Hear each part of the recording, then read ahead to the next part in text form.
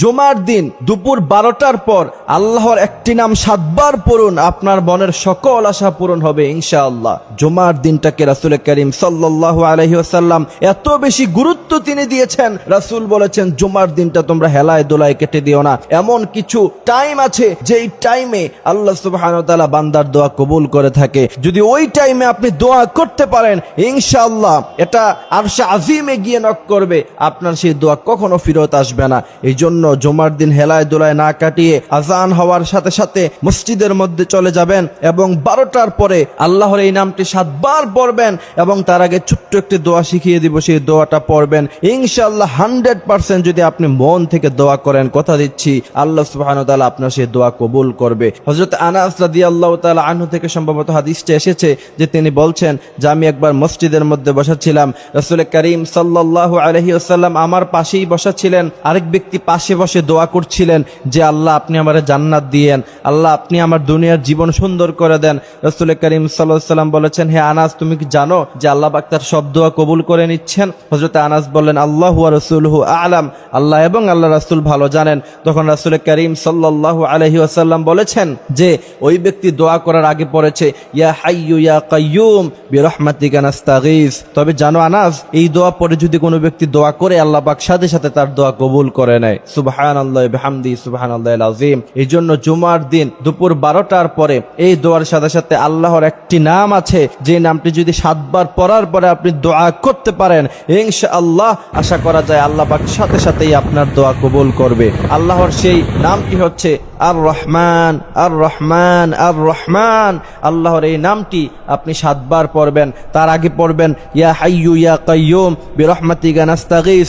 আপনি এই দোয়া পড়ার পরে এরপরে আর রহমান আল্লাহর এই গুণবাচক নামটি 7 বার পড়ার পরে যদি দোয়া করতে পারেন ইনশাআল্লাহ আল্লাহ পাক আপনার মনের সমস্ত আশাই পূরণ করে দিবে। অনেকে অবজেকশন করে যে হুজুর এত দোয়া করলাম কিন্তু দোয়া কবুল হয় না। কিন্তু প্রিয় ভাইয়েরা আমার কিছু টাইম আছে দোয়া কবুল হওয়ার, ওই টাইমে যদি আপনি দোয়া করতে পারেন আল্লাহ পাক 100% আপনার দোয়া কবুল করবে। যেমন জুমার নামাজের সময় দুপুর 12টার পরে ওই সময় যখন ইমাম সাহেব যখন খুতবা প্রদান করবে জুমার নামাজে 2 খুতবার মাঝখানে যদি আপনি এই দোয়াটা করতে পারেন ইনশাআল্লাহ রাসূল করিম সাল্লাল্লাহু আলাইহি ওয়াসাল্লাম বলেছেন পৃথিবীর সব কিছু মিস হয়ে যেতে পারে কিন্তু তোমার এই দোয়া কখনো মিস হবে না। অনেকেই বলে যে হুজুর অনেক দোয়া করি, কই দোয়া তো কবুল হয় না। অথচ রাসূল করিম সাল্লাল্লাহু আলাইহি ওয়াসাল্লাম বলেছেন বান্দার সমস্ত দোয়াই আল্লাহ পাক কবুল করে নেয়, বান্দার কোনো দোয়া এমন হয় না যে আল্লাহ পাক কবুল করে না। তবে আল্লাহ পাক কিছু দুনিয়াতেই দিয়ে দেয়। যেমন আপনি 2টি গাড়ি চেয়েছেন, আল্লাহ পাক আপনাকে 1টি গাড়ি দিয়েছেন।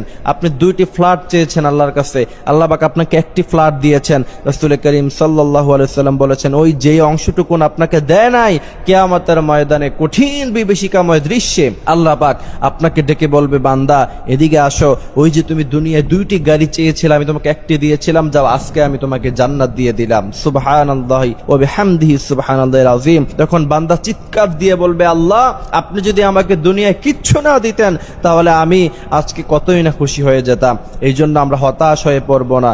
আল্লাহ পাক বলছেন মুমিন যারা আছে তারা কখন হতাশ হয়ে পড়ে না, তারা দোয়া করতে থাকে। আপনি দেখেন ইউনূস আলাইহিস সালাতু ওয়াস সালাম মাছের পেটে চলে গেছেন, হতাশ হন নাই। ইব্রাহিম আলাইহিস সালাম আগুনের মধ্যে ফালিয়ে দেওয়া হয়েছে, হতাশ হয় না। এই জন্য আমরা কি তিনাদের চাইতে বেশি বড় বিপদে আছি? এই জন্যই তো আল্লাহ বলছেন ইয়া ইবাদিয়াল্লাযীনা আসরাফু আলা আনফুসিহিম লা তাকনাতু মির রাহমাতিল্লাহ। আমার বান্দারা তোমরা কখনো হতাশ হয়ে পড়বা না।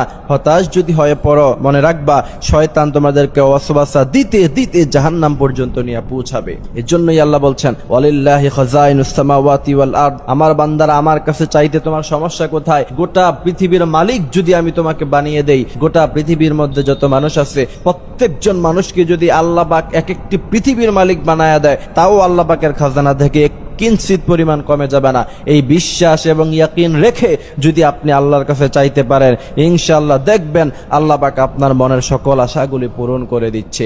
আল্লাহ সুবহানাহু ওয়া তাআলা আমাদেরকে এই কথাগুলি বোঝার তৌফিক দান করুক, আমিন।